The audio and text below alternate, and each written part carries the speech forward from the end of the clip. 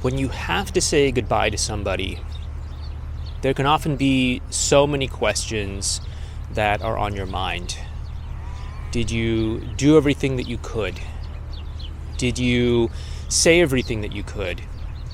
Did you express how you felt to its fullest extent? Was there something that you could have done to avoid this situation? Was there something you could have said to avoid this situation? Was there something you could have done to somehow change the trajectory of things? And maybe you don't have any clear answers on whether you did the right things or said the right things, or whether if you had just maybe done something a little bit different, it could have changed everything. I get that. And it can leave a lot of people searching for closure, asking all of these why questions. Why didn't you tell me beforehand? Why didn't you let me know that you were thinking of this? Why didn't you say that something needed to change? Why didn't you work harder for our relationship? What was it that made that shift? How could you just go from saying it's going to be you and me forever to saying there's no chance, I'm done, the door is closed? And I want you to know that no amount of asking them these why questions is going to bring you any sort of fulfilling answer. There's never going to be any conversation that you have that's going to answer every question and leave you at peace with things. There's never going to be any amount of digging around on social media or stalking their Instagram or Facebook or any other account that's going to give you any sort of meaningful insight that says, okay, I get it. Now I can rest in peace. Because closure doesn't come from something outside of you. It doesn't come from some sort of thing that they're going to say. It doesn't come from some sort of conversation. Because I can promise you, underneath every why, there's just another why. There's just another question. Underneath every answer that they could possibly ever give you, there's going to be another doubt, another thing that you are going to be looking for some sort of validation, some sort of confirmation, some sort of meaning behind. Because you always are going to carry with you that doubt, that feeling that there's more that you could have done. As long as that is the way of being that you're carrying into the moment. Instead, it's important to understand that closure, that completeness, that wholeness comes inside of you. It comes from the inside. It's not something that you're going to get externally by confronting them, by talking to them, by digging around, by scouring through the messages that the two of you exchanged, trying to look for subtle clues of this or subtle hints of that or subtle emotion behind this or that or anything else. Closure and completeness comes from within.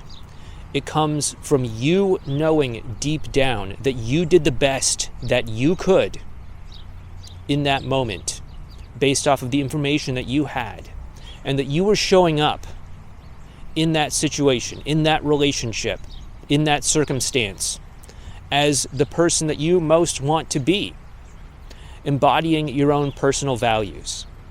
If you can say with yourself, honestly, that that's how you showed up, even if you misread the situation, even if you didn't pick up on the clues, on the signs, on the distress signals, on the emergency warning sirens or anything else, you will be able to rest with a peace of mind that you did everything that you could.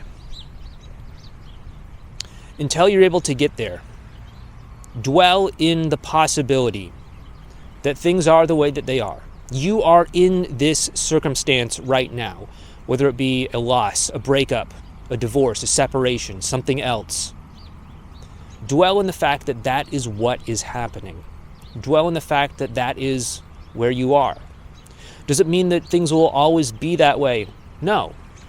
I've helped countless people reunite with their partners over the years, and I've seen so many people reconcile with their partners and work things out and get back together, or so many people who are able to open up a new possibility to find love and bring love into their lives after a relationship has failed. But you have to get real about where things are before you can make a meaningful change in it. If you're too busy trying to push against reality and say, no, it can't be this way, I have to fight against this, that is the opposite of being at peace with where things are. You may not like it. I'm not saying you have to love it. I'm not saying you have to celebrate it. But you have to get real with what is real. And until you can do that, just start by being present. Just start by being present with where you are. And start to settle into that reality. And when you look back on this relationship, on this circumstance that you're seeking closure with, that you don't feel complete with, you'll probably realize that you did do the best that you could with the information that you had and the skills that you had at the time. You did live into your own values as best as you could. Yeah, of course. There's probably something you could have done better. Yeah, of course. There's probably something you could have said that was more eloquent or more thoughtful or whatever. We all could have done those things. But you don't have to do things perfectly in this life. You just have to align yourself with who you want to be. Live your life that way. And when it comes to relationships anyway, if you're embodying that way of being, the right people will stick with you. The right people will work things out with you. The right people will reopen communication with you.